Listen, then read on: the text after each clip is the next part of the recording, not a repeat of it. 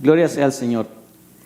Prepare ahí su Biblia en el libro de Gálatas capítulo 5, y en esta mañana vamos a ver otra virtud más, otro fruto más de ese Espíritu que mora en cada uno de nosotros. Ese Espíritu Santo que está en cada uno de nosotros quiere producir esas virtudes, ese fruto lo quiere producir, ese carácter de Cristo que sea reflejado en nosotros. Y esta mañana quisiera comenzar haciendo estas preguntas. Si alguien se acercara a usted y le preguntara, ¿cuál fue la virtud que Cristo quiso resaltar de su carácter para que nosotros la imitáramos? Escuche bien, si alguien le preguntara, ¿cuál fue la virtud que Cristo subrayó, que Cristo enfatizó, que Cristo resaltó para que nosotros lo imitáramos? ¿Cuál diría usted que es esa virtud? Amén. Muchos respondieron humildad, algunos otros tal vez dirían santidad, amor, obediencia, quizás compasión o su fidelidad. Mansedumbre, dicen. Creo que Cristo como hombre, subrayó de manera particular el hecho de ser mansos y humildes. Y creo que lo hizo por más de una razón. Pienso yo a la luz del resto de las Escrituras. Por un lado, creo que lo hizo porque él sabía o él sabe que donde esas dos cualidades están, mansedumbre y humildad, todas las demás pueden crecer. Al mismo tiempo, creo que él sabe también, y es posible que nosotros lo podamos saber hoy día, que esas dos cualidades no, hermano, no son particularmente deseadas por nosotros, por la criatura, por los seres humanos. Hay algo en nosotros que no nos deja tener como prioridad el hecho de pedir a Dios que nos haga mansos y humildes. Hay un libro llamado La vida fructífera, escrito por Jerry Bridges. Él dice esto acerca de la mansedumbre. Dice: nosotros oramos por paciencia, oramos por amor, oramos por pureza y dominio propio. Pero ¿cuál de nosotros alguna vez ora por la gracia de la mansedumbre? Y entonces él viene y cita las palabras de otro autor llamado George Bethune. Él escribió un libro en el 1839. Este pastor escribió acerca del fruto del Espíritu por igual. Y entonces Jerry Bridge cita a este pastor y dice: quizás ninguna virtud es tan poco orada o cultivada como lo es la mansedumbre. De hecho, la mansedumbre es considerada más bien como una disposición natural en los seres humanos. Es como que la mansedumbre no la pedimos porque pareciera que como que fuera algo natural en nosotros, o como modales externos más que como una virtud cristiana. Escucha ahora, dice: y raramente nosotros reflejamos el hecho de que el no ser mansos es un pecado. El no ser manso es un pecado. Es algo que deshonra el Evangelio, no le da honra al Evangelio. Es algo que le da mala reputación a nuestra fe, y lo hacemos nosotros. Jerry Bridge continúa y dice: la actitud cristiana hacia la mansedumbre no parece haber cambiado en los últimos 160 años desde que Bethune escribió aquellas palabras. Y me parece que lo que dice Jerry Bridge en su libro es una gran verdad. Y si es verdad, entonces tenemos que hacernos la pregunta: ¿cuál es la razón por la que usted y yo no pedimos por mansedumbre? Piense por un momento ahí donde usted está. ¿Cuándo fue la última vez que, hermano, usted se acercó a Dios y le pidió, usted cerró los ojos, ya sea que se arrodilló o no, pero que cerró los ojos y vino delante de Dios y le dijo: Señor, perdóname porque yo no soy una persona mansa y Señor, entonces yo quiero que tú me des mansedumbre. ¿Cuándo fue la última vez que la pidió? ¿Cuál es la razón por la que no pedimos mansedumbre? ¿Por qué no nos interesa, no nos llama la atención, no nos interesa ser mansos? ¿Por qué al leer de la mansedumbre o escuchar un sermón acerca de la mansedumbre, como que pocos o nadie, quizás en ocasiones, hermano, tampoco siente como una gran convicción de que esto es un pecado en su vida, el no ser mansos? Y sin embargo, para Cristo el ser manso y humilde es una condición sine qua non, mandatoria, crucial, indispensable para la vida cristiana. Tanto así que Mateo 11, 28, 29 dice: vengan a mí, o venid a mí, todos los que están cansados y cargados, y yo los haré descansar. Tomen mi yugo sobre ustedes y aprendan de mí, que soy manso y humilde de corazón, y hallarán descanso para sus almas. Había algo que Cristo quería que nosotros aprendiéramos de Él, algo que Él quería comunicar, algo que estaba presente en su vida y que de alguna manera, hermano, de alguna forma Él le daba descanso o le daba descanso a las personas. Venid a mí todos los que están cansados. ¿Y qué es lo próximo que dice? Porque yo tengo agua, porque yo tengo pan, porque yo tengo maná. No, porque yo soy manso y humilde. Aprendan eso porque hay algo que yo tengo, algo de lo cual yo disfruto que ustedes no disfrutan, y es paz en su alma. Aprendan de mí, que soy manso y humilde, y entonces, no antes, después entonces tendrán paz para sus almas. ¿No será eso que hace que muchas veces en nuestras vidas no tengamos paz? ¿Que no somos mansos y humildes? Cristo vio a las multitudes. Cuando todas las multitudes se acercaban a Él, vio a todas esas multitudes, las vio ansiosas. Vio individuos llegar a Él, hermano, ansiosos, preocupados, nerviosos, sin paz. Y Él les dice: aprendan de mí, que soy manso y humilde. La ausencia de esas cualidades tiene implicaciones que están creando nuestra falta de paz, comenzando por la ausencia de humildad. Que la humildad, hermano, no nos permite, cuando no hay humildad en nuestro corazón, eso no nos permite ir a Jesús y encontrar perdón para nuestros pecados.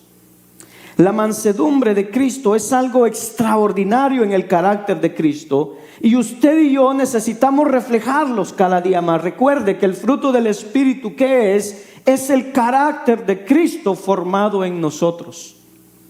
Y ciertamente la mansedumbre de Cristo como que era algo que atraía a la gente, era algo atractivo para la gente. La gente se acercaba a Él con una facilidad, y estoy convencido que la gente podía percibir, hermano, ver su mansedumbre, y eso los atraía a Él. Multitudes venían, los individuos, personas, hermano, que salían de las multitudes venían a Él, y de alguna manera se sentían descansados en la presencia de Jesús.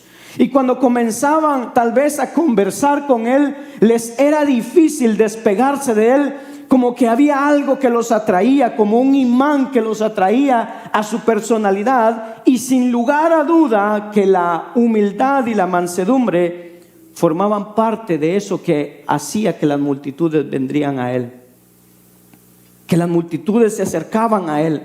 Hermano, las prostitutas venían a Él, los enfermos venían a Él, la madre con un hijo muerto venía a Él, el padre con una niña muerta venía a Él, la madre con una niña endemoniada, con una hija endemoniada venía a Él, la mujer cananea de un grupo de personas paganas se acercó y le pidió a Jesús, tan siquiera le dice, las migajas que caían de la mesa. Quizá Cristo tenía sus propias razones para dejarnos estas palabras que leímos en el Evangelio de Mateo, pero individualmente que había algo en su carácter, hermano, manso y humilde, que Él quería que aprendiéramos de alguna manera y no simplemente en la teoría. Jesús nos dice: quiero que aprendas de mí, pero cuando aprendes de mí no quiero que vengas nada más y escuches palabras y luego no las vivas. No, yo quiero que tú aprendas la teoría, pero luego que también aprendas la práctica. De manera que quiero que me escuches, pero quiero que también veas, que vivas lo que escuchas. No necesito que me escuches solamente, necesito que vivas lo que escuches. Por eso la mansedumbre, oiga bien, no es una opción, sino una obligación en nuestras vidas. No es una opción. Sería bueno que yo pudiera, hermano, reflejar eso en algún momento en mi vida cristiana, pero no, es una obligación que tengo. Como lo vamos a ver más adelante, es algo que es requerido dado el llamado y la vocación a la que fuimos llamados. Y entonces con esto quisiera volver a leer por penúltima vez los versículos 22 y 23 de Gálatas 5. Dice así la palabra de Dios: en el nombre del Padre, del Hijo y del Espíritu Santo. Pero el fruto del Espíritu es amor, gozo, paz, paciencia, benignidad, bondad, fidelidad y hoy mansedumbre, dominio propio. Contra tales cosas no hay ley. Y ahora escucha el último versículo, dice: pues los que son de Cristo Jesús han crucificado la carne con sus pasiones y deseos. Inclinen su rostro, vamos a orar y pedirle al Señor que nos salve. Amén. Padre que estás en los cielos, te damos gracias, Señor. Gracias, Señor. Amén y amén. Puedes repetir después de mí: ser de bendición en donde quiera que estemos. Es el propósito de Dios por el cual nacimos. Muy bien. Si tiene su celular, hermano, por favor le pido que lo apague o que lo ponga en vibración y que por esta hora que viene me ponga su atención para la palabra de Dios, porque a veces, no sé por qué a veces, hermano, en un momento dado como que nos distraemos y empezamos a agarrar el celular y ver no sé qué mira. Pero póngame atención por este momento. Amén. Resumen de esta enseñanza dice así: cuando tenemos prautes, que es mansedumbre, tratamos a todos los seres humanos con perfecta cortesía, amonestamos sin rencor, discutimos sin intolerancia, confrontamos la verdad sin resentimiento, nos enojamos sin pecar y podemos ser amables sin ser débiles. ¿Pega fuerte? Cuando tenemos prautes o mansedumbre, tratamos a todos los seres humanos, a todos, con perfecta cortesía, amonestamos sin rencor, discutimos sin intolerancia, confrontamos la verdad sin resentimiento, nos enojamos sin pecar y podemos ser amables sin ser débiles. Y vamos a ver estos 3 puntos que usted mira ahí. Versículo 24 nos dice así: pues los que son de Cristo Jesús han crucificado la carne con sus pasiones y deseos. En otras palabras, cuando, hermano, crucificamos verdaderamente la carne, sus pasiones y deseos, lo que surge de manera natural es el fruto del Espíritu que está en nosotros. Más arriba en el Gálatas 5, como habíamos hablado, Pablo menciona las obras de la carne. Pero cuando menciona las obras de la carne y cuando va a pasar al fruto del Espíritu, él pasa con un pero. Estas son las obras de la carne, pero el fruto del Espíritu es distinto. Y luego cierra diciendo: los que son de Cristo ya crucificaron la carne con sus deseos y pasiones. Mansedumbre no es una opción, es una obligación. La palabra mansedumbre, nos vamos a enfocar en esto. En el original, cuando lo leímos, es la palabra prautes. Es una palabra muy difícil de definir porque es una palabra que así como la bondad y la benignidad se puede ilustrar mejor de lo que se pueda definir. Pero en parte su dificultad en definirla en palabras, por lo menos, es que esta palabra mansedumbre está muy relacionada con lo que es la benignidad, que ya hablamos de la benignidad. Está también muy relacionada con lo que es la bondad, que también ya hablamos.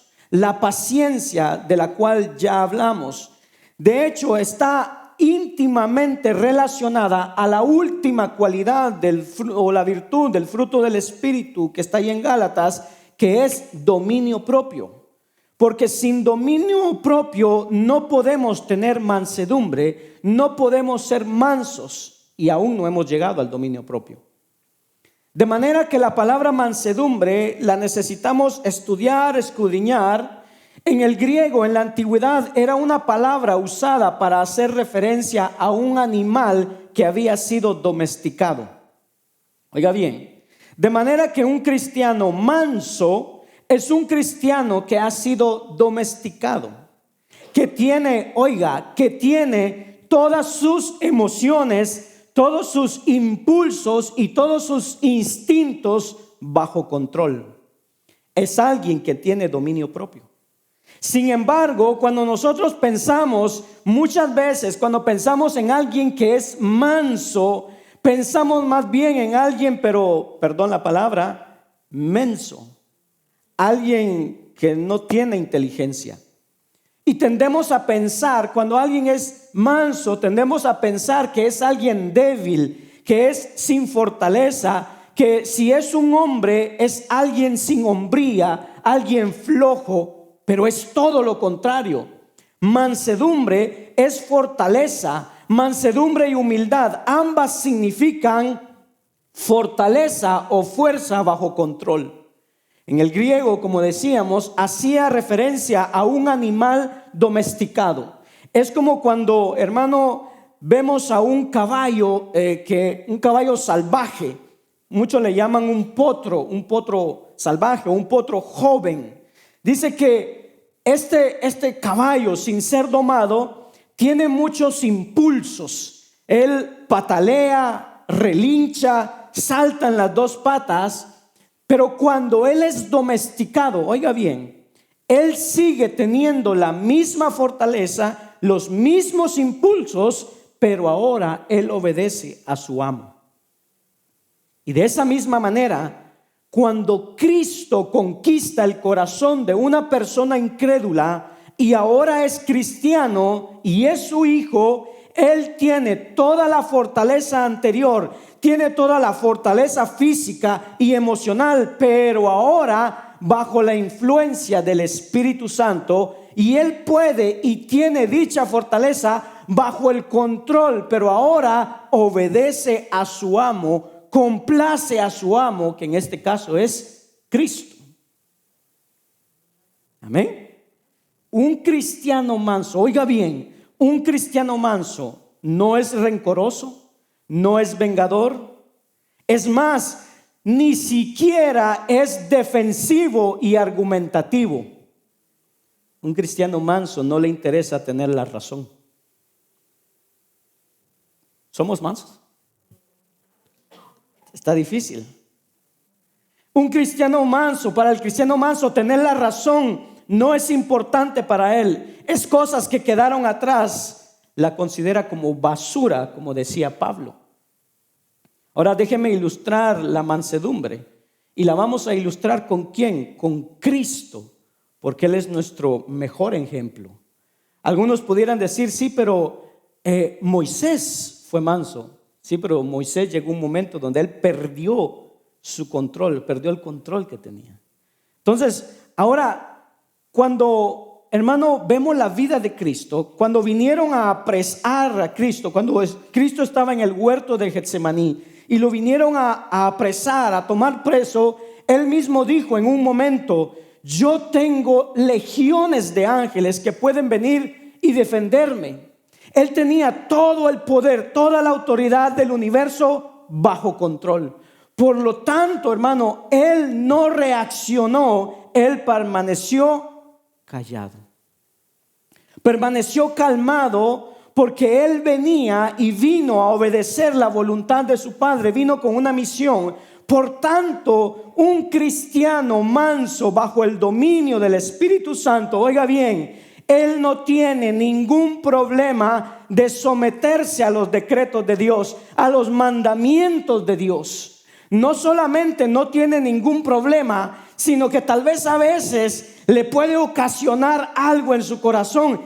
Tengo que obedecer a esto, pero como él es manso, él no tiene problemas en decir y entender, pero esta es la voluntad de Dios. Y yo quiero obedecer, yo quiero vivir de esa manera.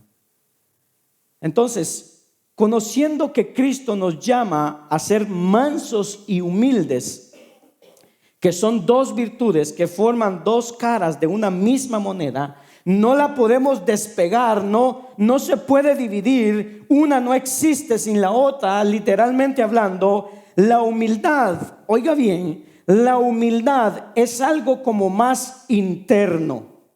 Oiga bien, la humildad es algo como más interno. Tiene que ver con la manera en cómo usted y yo vemos a los otros y cómo usted y yo nos vemos a nosotros mismos. Esa es la humildad. ¿Le ha pasado que usted se mira en el espejo y dice, qué bonito soy? No hay otro como yo. ¿Sí? Y la verdad que no hay otro como nosotros, hermano. Porque si hubieran dos, fuera una catástrofe. Entonces la humildad tiene que ver con esto, en la manera en cómo yo miro al otro y la manera en cómo me miro a mí mismo. ¿Cómo mira al otro? ¿Lo mira de menos? ¿Lo mira mayor que usted? ¿O lo mira igual que usted?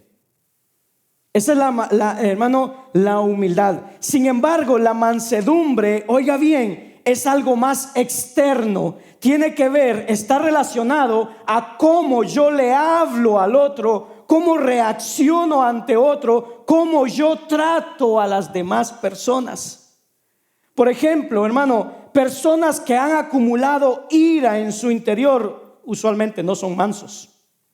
De hecho, la mansedumbre por definición requiere falta de ira en nosotros. A la vez, hermano, la ira usualmente crece en terreno orgulloso. La ira no crece en la humildad. Hermano, no se requiere de que una persona sea orgullosa para airarse. Y personas que acumulan mucha ira no podrían ser descritas como mansas. Las personas que tienen mucha ira. Ahora, como Cristo es nuestro modelo y Él nos mandó a ser mansos y humildes, creo que nosotros necesitamos entonces observar la manera como Él caminó, cómo Él trató a los hombres, cómo Él habló a los hombres, cómo se relacionó con ellos, cómo reaccionó cuando Él fue humillado, para ver si nosotros podemos imitarlo. De manera que recuerde que la mansedumbre es la expresión externa de la humildad. Ahora, en la palabra se nos manda a nosotros a vestirnos de humildad. Cada uno de nosotros debemos vestirnos de humildad. Piense por un momento en esto. Si yo tengo que vestirme de humildad, mi vestimenta, lo que yo tengo ahorita, lo que usted tiene ahorita, cubre mis partes más íntimas, las partes que yo no quiero dejar ver. Eso es lo que hace mi vestimenta. De esa misma manera, cuando yo me visto de humildad, esa humildad cubre, oiga bien, mis mayores debilidades. La humildad, cuando yo me visto de humildad, esa humildad cubre mis mayores debilidades. Hasta tal punto que ustedes estarán, hermano, más o menos dispuestos a tolerar, a pasar por alto mis debilidades de acuerdo con el grado de humildad que yo muestre o no. Si yo demuestro ser humilde, ustedes van a decir es débil, pero lo vamos a dejar pasar porque es humilde. Cuando esa humildad no está ahí, hermano, cuando una persona no es humilde, cuando la humildad no está ahí, Todos los ojos están sobre mí y no importa cuán pequeña sea mi falta. Muchos van a decir, míralo, ahí está. Te lo dije, no es ese que él decía ser. Tú piensas que es un pastor, pero no lo es. Pero la humildad cubre mis faltas como mi vestimenta cubre mis partes íntimas. La pregunta que creo que quisiéramos, hermano, tener respondida entonces, si es tan importante, si, hermano, ser manso es tan vital, ser humilde es tan importante, ¿cómo yo formo eso en mi vida? ¿Cómo se forma eso? Bueno, Dios la forma, pero la forma a través de un proceso del cual vamos a hablar más adelante. Pero antes déjeme leerle estas palabras de un libro titulado El Espíritu, el fruto del Espíritu, cómo llegar a ser la persona que Dios quiere que tú seas. Son dos autores que lo escribieron y dice así, oiga bien, si desea crecer en mansedumbre, y escuche bien más si eres padre todavía de niños pequeños, si desea crecer en mansedumbre, la televisión no es un buen lugar para hacerlo, ya que la programación de hoy está llena de personas que gritan, maldicen y amenazan a personas aún en sus familias y en otras relaciones. De hecho, la televisión puede contribuir de manera importante a gran parte de la hostilidad que vemos y sobre la que leemos. Y esa no es ni siquiera la opinión de los autores, son estudios que se hicieron. Una exposición a un programa de violencia hace que los niños respondan en las próximas horas de una manera más violenta. Imagínense cuando son horas de exposición. Ni la humildad ni la mansedumbre se cultivan viendo televisión, ni pasando tiempo en las redes sociales. En las redes sociales, hermano, lo que se ve ahí, lo que prima ahí, hermano, sobre todas las demás cosas, es la violencia verbal, la ausencia de mansedumbre. Es como, hermano, oiga, es como si las redes sociales fueran el abono perfecto para la violencia verbal, la rebelión, el irrespeto. Pero a veces, hermano, cuando uno medita un poco, las redes sociales muchas veces no es el abono, sino que la revelación de lo que ya hay en el corazón del ser humano, que es violencia, que es desprecio. Entonces, ¿cómo se forman? ¿Cómo se forma la mansedumbre? ¿Cómo surge en mí la humildad y la mansedumbre? Porque no la tenemos. Entonces, para llegar ahí, no es simplemente, hermano, que yo tengo que pasar a través de ciertas situaciones quizás difíciles. Es que aparte de pasar ciertas situaciones, yo tengo que llegar a cierto punto. Si paso por las situaciones difíciles y no llego a cierto punto, entonces no se forman esas cualidades en mí. Yo necesito llegar a ver, oiga bien, cuando yo paso una situación, yo necesito llegar a ver, hermano, la profundidad de mi pecado. Hasta que yo no vea la profundidad, hermano, de mi pecado, yo no puedo cultivar la mansedumbre en mi vida. Yo necesito llegar a ver cuán incapaz yo soy de ser ejemplo para otros, a los que quizás incluso trato de enseñar. Porque separado de Cristo no podemos hacer nada. Soy incapaz. Tengo una imposibilidad, hermano, en mí mismo. Y entonces yo tengo que llegar a ver hasta el punto de sentir convicción, hermano. Yo, hermano, el espíritu, muchas veces nosotros tenemos un espíritu de condenación, que muchas veces, hermano, condenamos al otro por un pecado que cometió, cuando muchas veces no nos damos cuenta que nosotros mismos somos pecadores y hacemos el mismo pecado, y aún a veces peor.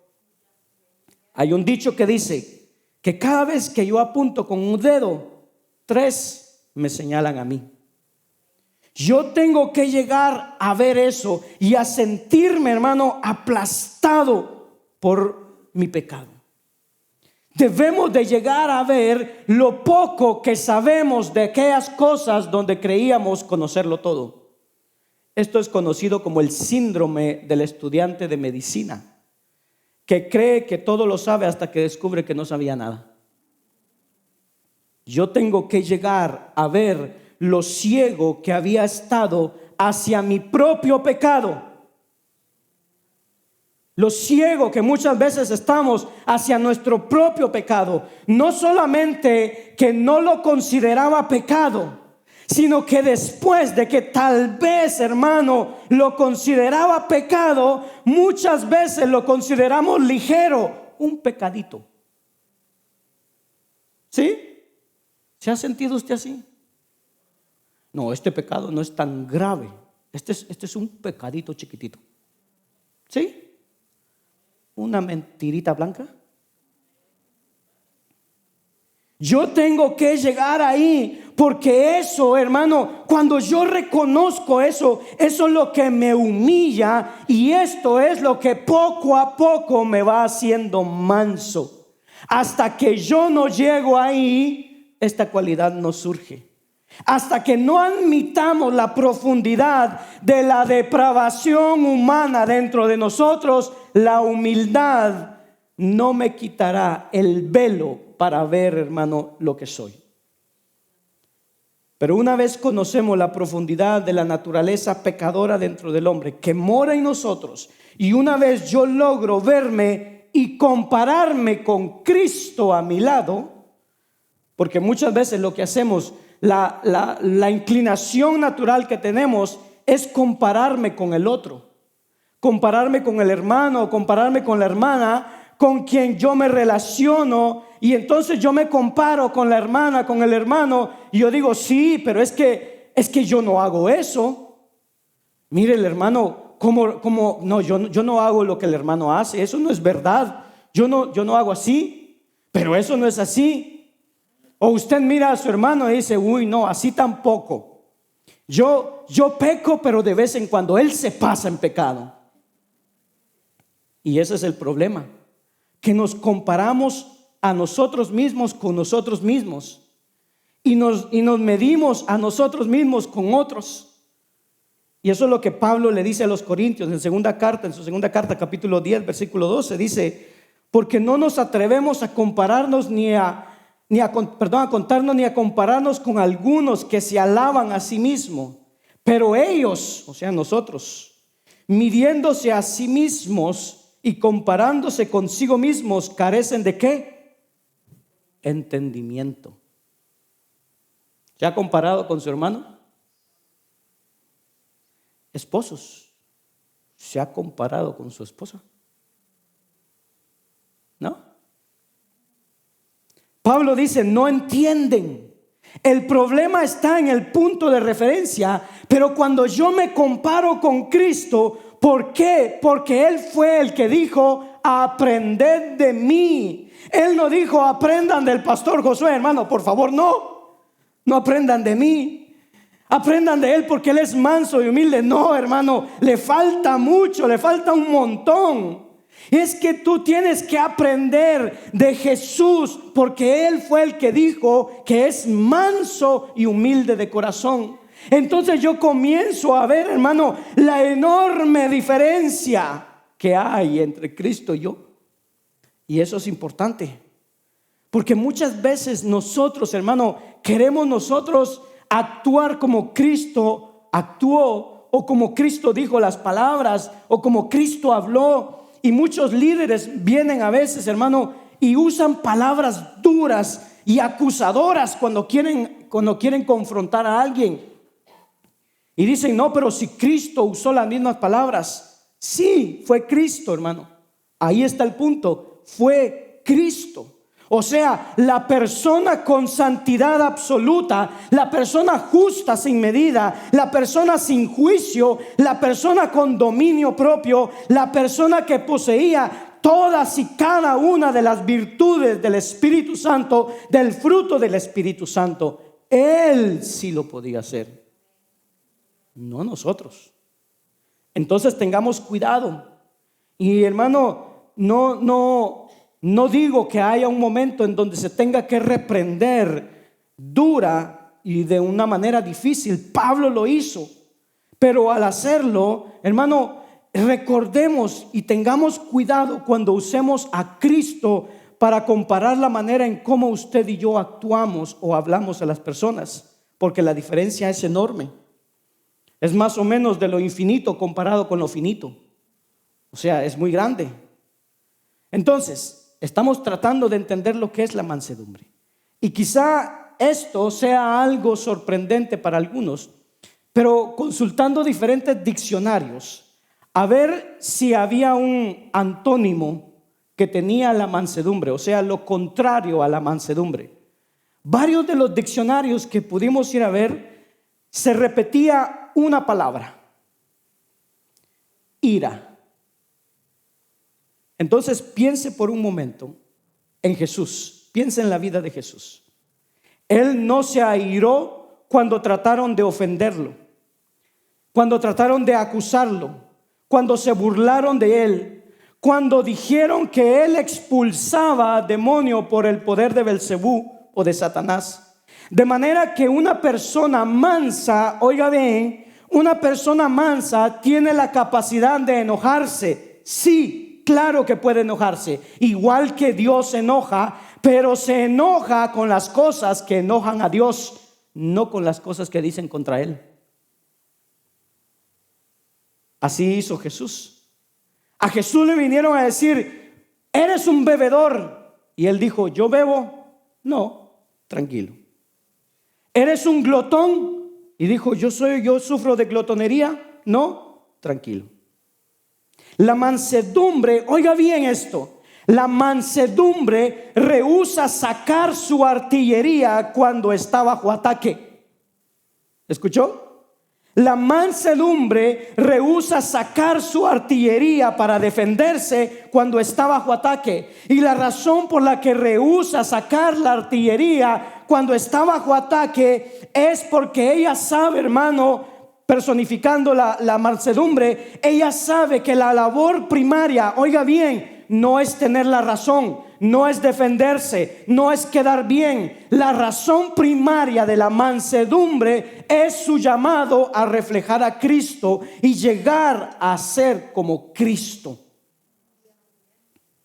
¿Se defiende usted cuando lo atacan?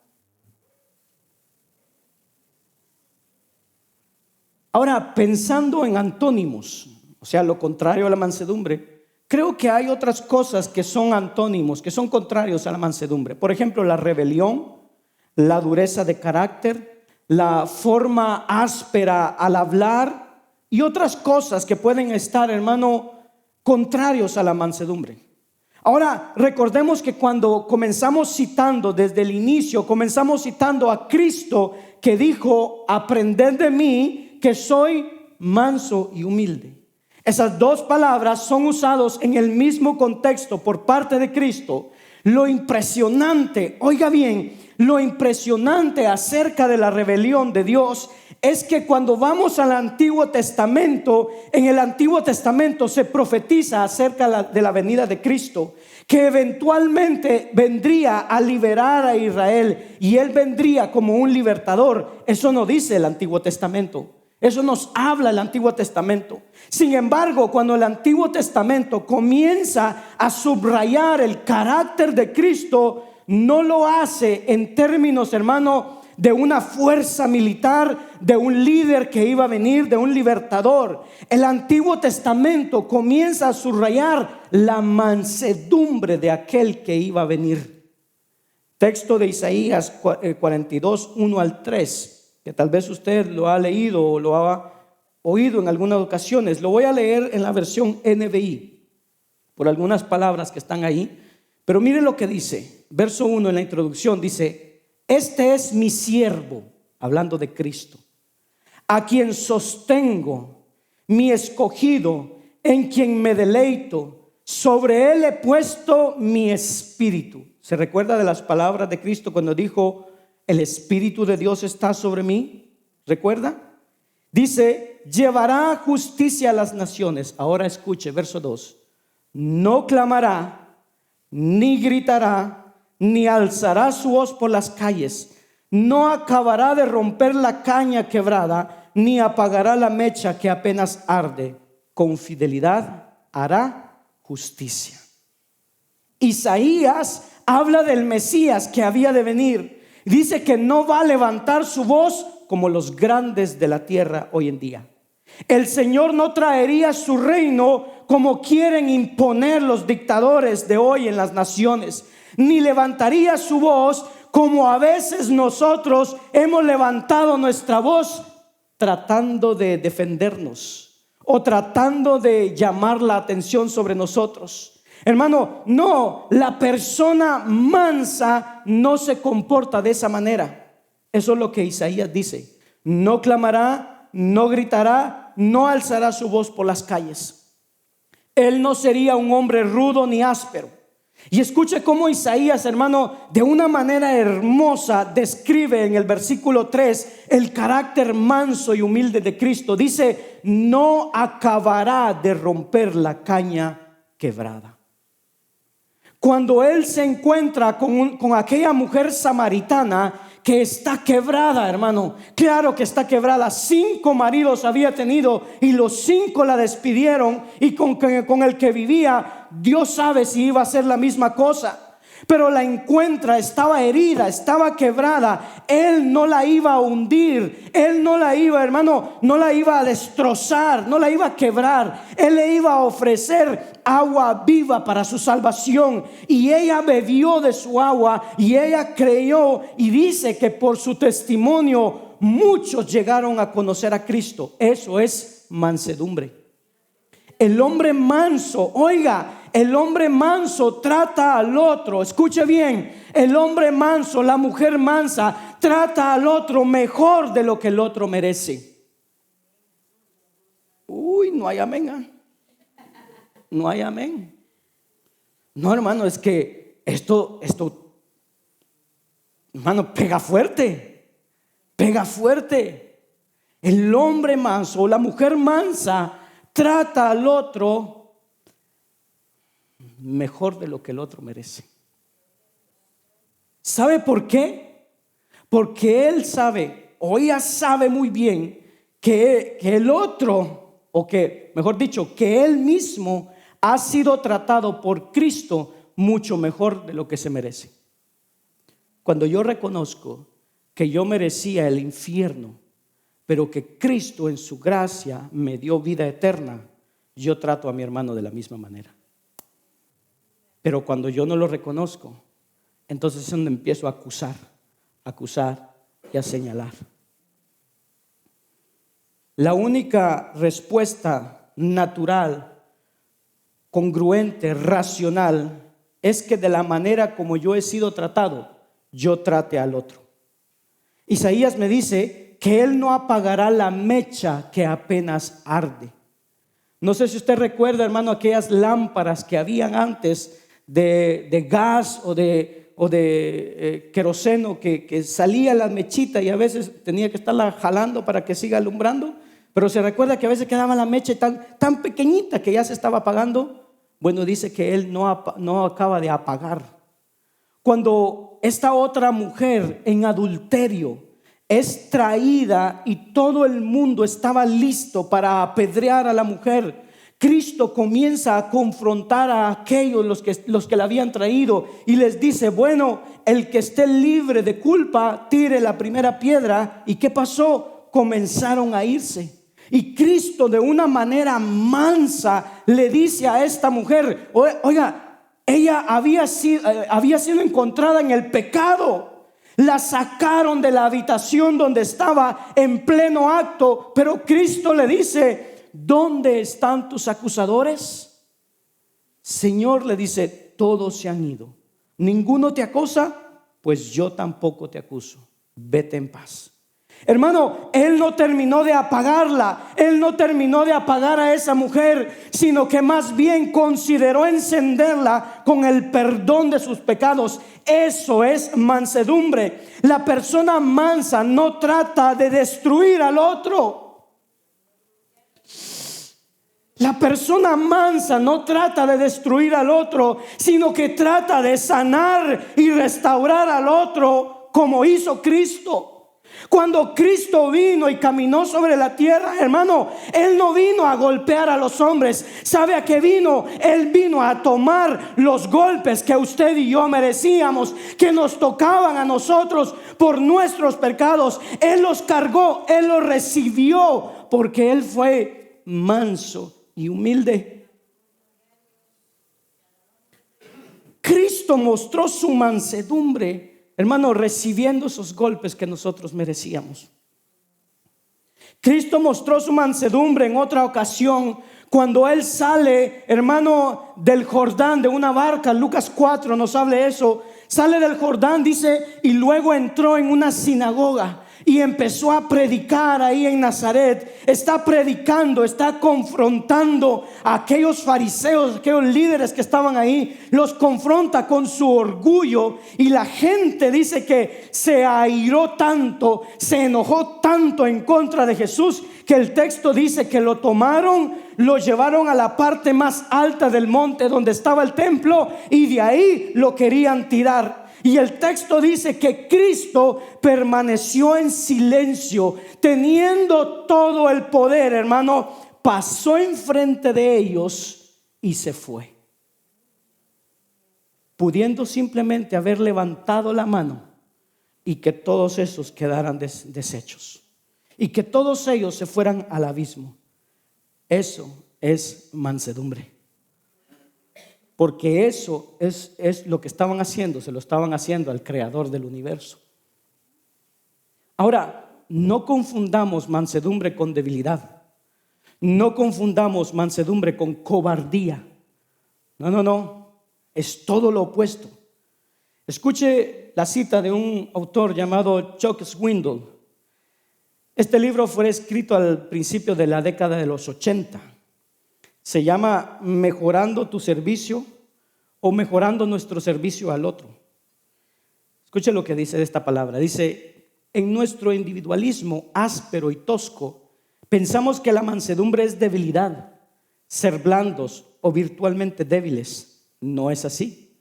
El término griego es extremadamente colorido y nos ayuda a comprender correctamente por qué el Señor ve la necesidad de que los siervos sean mansos. Oiga, las palabras cuidadosamente elegidas que alivian las emociones fuertes se conocen como palabras suaves. Usted lo encuentra en Proverbios 15 también, esta parte. El ungüento que quita la fiebre y el escozor de una herida es llamado calmante. En una de las obras de Platón, un niño le pide al médico que lo trate con ternura. Todas esas cosas hacen referencia o hacen alusión a la misma palabra en griego, que es mansedumbre. El niño usa el término suave o le pide ternura. Aquellos que son educados, que tienen acto y son corteses, que tienen tacto, y son corteses y que tratan a los demás con dignidad y respeto, se llaman personas mansas. Entonces la mansedumbre incluye ser tranquilo y pacífico cuando se está rodeado de una atmósfera acalorada, emitir un efecto calmante sobre aquellos que pueden estar enojados o estar fuera de sí, y poseer tacto y una cortesía amable que hace que los demás conserven su valor y dignidad. La mansedumbre más bien mantiene bajo control todas sus emociones, toda su fortaleza. Fin de la cita. Cristo demostró todo esto. Cristo usó, hermano, eso cuando fue y limpió el templo. Incluso cuando Él se airó, porque Dios se aira, Él se airó, pero ¿cuándo se airó? Cuando violaron la santidad de Dios. Pero sabe que aún ahí Cristo demostró mansedumbre. Aún ahí mostró, hermano, dominio propio, porque Él pudo haber eliminado completamente a todos los que estaban en el templo. Físicamente los pudo haber eliminado, los pudo haber empujado, pero ¿qué hizo? Solo tumbó las mesas y los dejó ahí. Tumbó la mesa y los sacó afuera. Él mostró mansedumbre en ese momento. Cristo no perdió los estribos, más bien Él se apoyó en los estribos para hacer uso de su poder y fortaleza. Cuando Cristo vino la primera vez, dice Juan, y lo muestra Juan, que Él vino y Él es el Cordero de Dios que quita el pecado del mundo. Pero ya habrá otra ocasión en donde Él volverá y no será un cordero. Él será el león de la tribu de Judá. Pero hasta que el león ruja, usted y yo necesitamos permanecer mansos y humildes e imitar su carácter. Ahora, si vio cómo Isaías presenta a Cristo en el capítulo 42 en el Antiguo Testamento, ahora escuche cómo Isaías 53:7 presenta a Cristo. Dice así: fue oprimido y afligido, pero no abrió su boca. Como cordero que es llevado al matadero, y como oveja que ante sus trasquiladores permanece muda, Él no abrió su boca. Eso es mansedumbre. Él escuchó palabras que no debían ser dichas ni contra otros seres humanos. Él las escuchó contra Dios, pero Él prefirió guardar silencio. Ahora, hermano, la máxima expresión, recuerde que Cristo quiere que aprendamos esto en teoría, pero también en la práctica. Hablamos de teoría, de las definiciones, de los sinónimos, antónimos, todo lo que quiera. Pero, hermano, yo estoy usando la vida de Cristo porque en Él es que tengo que aprender a hacerlo. Entonces, esta es la práctica de la mansedumbre. La máxima expresión de la mansedumbre. Cristo la exhibió en sus últimas horas en el Getsemaní. Mientras Pedro, oiga bien, mientras Pedro sacaba una espada y le cortaba la oreja a un soldado que venía a apresar a Cristo, no a Pedro, a Cristo. Cristo dice que saca la mano, toca la herida del soldado y la restaura, porque eso es lo que hace la mansedumbre. La mansedumbre sana y restaura. La ira corta, la mansedumbre sana. La mansedumbre, oiga, está preocupada por la manera como el otro se siente y no quiere herir al otro.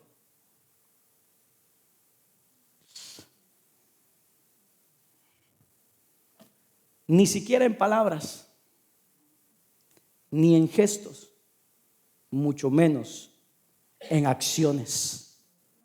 En Getsemaní, Cristo estaba viviendo las últimas horas. En sus últimas horas dice que Él se mantuvo callado, bajo control, su poder bajo control, sus emociones bajo control. Él exhibió mansedumbre y humildad. Ante Pilato dice que permaneció callado. Ante el interrogatorio de Pilato le dice, ¿por qué? Pilato le dice, ¿por qué no me respondes? Tú sabes que yo tengo el poder de dejarte ir o crucificarte. Y entonces Cristo le dice, Pilato, un momento, la verdad es que tú no tienes poder si no te hubiese sido dado desde arriba por mi Padre. Y lo dejó ahí, hermano, porque la mansedumbre es poder bajo control. Y Cristo respondió tan lógicamente durante todos sus interrogatorios, a pesar de las falsas acusaciones, porque la mansedumbre te permite pensar lógicamente. Y luego en la cruz, oiga bien, en la cruz Cristo vio a los hombres que lo latigaron, lo clavaron, los hombres que lo insultaron, los hombres que lo avergonzaron. Cristo, en pleno control de todo el poder del universo, hermano, con toda la autoridad posible, ahí Él hace una de las oraciones más mansas y tiernas y dice, Padre, perdónalos porque no saben lo que hacen. Valdría la pena incluso preguntarse si esa gente por la cual Él oró así se convirtieron después, porque no ha habido una sola oración que el Padre no le responda al Hijo. La mansedumbre requiere de gran valentía y una gran fortaleza, y eso es lo que vemos en la cruz, una gran valentía contra el dolor más insoportable para cualquier ser humano. Se requiere de valor para hacer eso. Se requiere de mansedumbre para no responder en medio del dolor de la manera que pudo haber respondido. Hermano, a nosotros nos pegamos con el dedito en la mesa. Y le pregunto qué sale de su boca. Alabado sea el Señor. Porque hasta en eso se requiere mansedumbre. Ahora, creo que con esto tenemos una mejor idea de lo que es la definición, cómo se compara, cómo se cultiva, cómo es que yo llego a alcanzar ese fruto. Pero déjeme empujarlo, hermano, al plano del día al día en nuestra vida, en su vida y en la mía. La mansedumbre, en primer lugar, voy a dar 3 o 4 explicaciones finales. La mansedumbre, en primer lugar, es necesaria para actuar lógicamente. Cuando la mansedumbre no está presente, nosotros perdemos el control, perdemos los estribos, perdemos la razón, perdemos la estabilidad emocional y perdemos de vista la dignidad del otro, porque empezamos a insultarlo. Cuando la mansedumbre no está presente, a mí se me olvida, oiga bien, que usted y yo estamos aquí en la tierra primeramente para reflejar a Cristo, el carácter de Cristo, honrar el Evangelio y vivir a la altura del Evangelio. De hecho, el apóstol Pablo considera la mansedumbre entre las cualidades mandatarias, entre los que eran los pilares de la fe cristiana en la iglesia. Consideraba la mansedumbre como algo mandatorio para aquellos que queríamos vivir a la altura del llamado. Escuche cómo lo dice Efesios capítulo 4, versículo 1 al 3. Pablo dice: yo pues, prisionero del Señor, les ruego que ustedes vivan en una manera digna de la vocación con la que han sido llamados. ¿Es que yo tengo un llamado? ¿Tiene usted un llamado? ¿Sí? ¿Lo ha llamado Cristo? Por lo menos a ser cristiano. ¿Sí? ¿Lo ha llamado Cristo? Ahora, el llamado que tiene, ¿lo está viviendo a la altura de eso? Yo tengo que vivir a la altura del llamado, de una vocación digna, de una manera digna de la vocación a lo que fui llamado. Todos somos llamados, hermanos, a ser hijos de Dios, a convertirnos. Tenemos que vivir a la altura de eso. Ahora recordemos que la palabra, hermano, digno o digna hace referencia a una balanza que está perfectamente equilibrada. De manera que si mi vocación está de este lado, hermano, lo que está del otro lado tiene que tener el mismo peso. Es el vivir de una manera digna. Pablo dice: yo debo vivir así, pero ¿cómo yo debo hacer eso? ¿Cómo debemos hacer eso? Versículo 2: que vivan con toda humildad y mansedumbre. Así es como lo voy a hacer: con paciencia, soportándose unos a otros.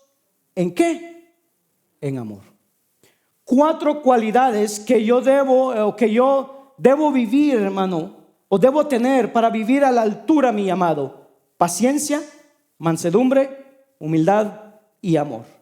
Versículo 3: esforzándonos por preservar la unidad del Espíritu en el vínculo de la paz. Pablo está diciendo: sin esas cualidades no podemos permanecer unidos. La unidad se rompe en un matrimonio, se rompe en una familia, se rompe en una iglesia, se rompe en una nación, se rompe entre naciones. No puede vivir en paz sin esos ingredientes que son cruciales. Y dice: paciencia, mansedumbre, humildad y amor. Hermanos, usted y yo podemos ser humildes, podemos ir delante de Dios. Oiga bien, cada uno de nosotros podemos ser humildes delante del trono de Dios. Nosotros podemos ir delante de Dios y empezar a orar y decirle: Señor, soy yo nuevamente, perdóname mi pecado. Yo soy el peor de los pecadores. No sé cómo hice eso, no sé cómo hice ese pecado. No soy digno de ser llamado tu hijo. Y bla, bla, bla, bla, bla. Y Dios le puede decir: bueno, si era por humildad que tú venías, ahí te fue más o menos con las palabras que dijiste. Pero la mansedumbre, oiga bien, no se vive delante de Dios, se vive delante de los hombres. Y es donde Cristo dice: ve y lidia con ellos ahora. Porque la mansedumbre tiene que ver con la manera como yo trato a los hombres, como yo hablo a los hombres, cómo yo me relaciono con los hombres. La mansedumbre es un requisito, de acuerdo con Pablo, para vivir una vida digna de nuestro llamado. De manera que sin mansedumbre yo no puedo honrar a Cristo. Yo no puedo reflejar su carácter. Yo no puedo complacer al Padre. Y alguien podría ser, ni siquiera puedo llamarme cristiano. Porque si eso es una virtud cardinal, sine qua non, indispensable, pienso que quizá si soy cristiano, pero hermano, si mi vida no refleja mansedumbre, entonces no lo puedo hacer. Entonces necesito en primer lugar pensar lógicamente. Bueno, en primer lugar la mansedumbre me da la opción de pensar lógicamente, de vivir a la altura de mi llamado. Número 3, la mansedumbre es necesario para corregir y restaurar al hermano. Gálatas 6:1 dice: hermanos, aun si alguien es sorprendido en alguna falta, ustedes que son espirituales, restáurenlo gritándole, insultándolo. ¿Cómo dice? En un espíritu de mansedumbre. ¿Cómo? Mirándote, no sea que tú también seas. ¿Escuchó lo que dice Pablo?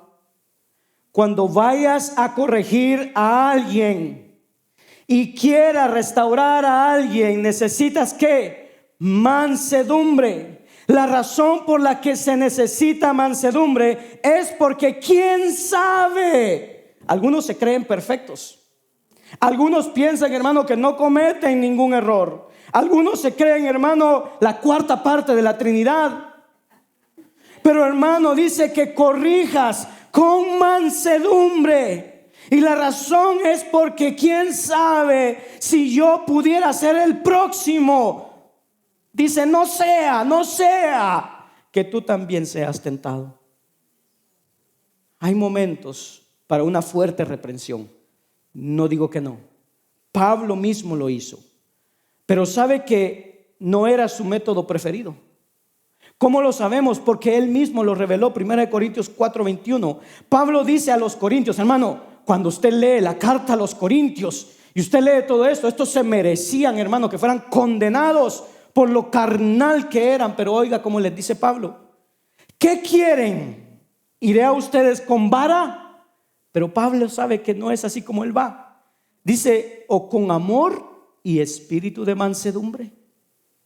En otras palabras, hey, denme el chance de yo ir de esta otra manera, de una manera mansa. Pablo dice que en su ausencia le escribió a los corintios y dice, yo soy como un poco rudo y un poco inflexible para corregirlos, pero en presencia soy humilde. Él se transformaba cuando llegaba y él decía, bueno, ya les dije lo que les tenía que decir, pero ahora voy a tratarlos mansamente, humildemente. Cuarto, la mansedumbre es necesaria para defender la fe. Mire lo que dice 1 Pedro 3:15: estando siempre preparados para presentar defensa ante todo el que les demande razón de la esperanza que hay en ustedes. Pero escucha al final, dice, pero háganlo con mansedumbre y reverencia. Cristo no quiere a nadie defendiendo la fe y que lo haga, hermano, hiriendo a los hombres o insultando a los demás. Eso no le da buen testimonio al evangelio. Eso no es representativo del evangelio. Cristo dice, no, primero tienes que hacerlo con reverencia. ¿Por qué? Porque estás, hermano, defendiendo esto, la palabra que es representativa, que es sagrada, que es infalible, que es, hermano, inerrante, toda suficiente, que es la palabra de Dios. Pero no puede ir a defenderla, hermano, hiriendo al otro. No, calladito. Calladito te ves más bonito. Finalmente, oiga bien, la mansedumbre, escuchen, la mansedumbre es necesaria cuando las personas pronuncian palabras hirientes contra nosotros y escuchándolas permanecemos en silencio. ¿Por qué? Para no herir al otro de la misma manera en que nos han herido. La mansedumbre permanece en silencio cuando escuchamos palabras hirientes para no herir al otro como acabamos de ser heridos. ¿Lo han herido usted cuando le habla? ¿Cómo ha respondido? Esa es la cuestión. Porque de que nos han herido, nos han herido. De que nos han rechazado, nos han rechazado. A diario, todos los fines de semana. La cuestión está, ¿cómo estamos respondiendo a eso?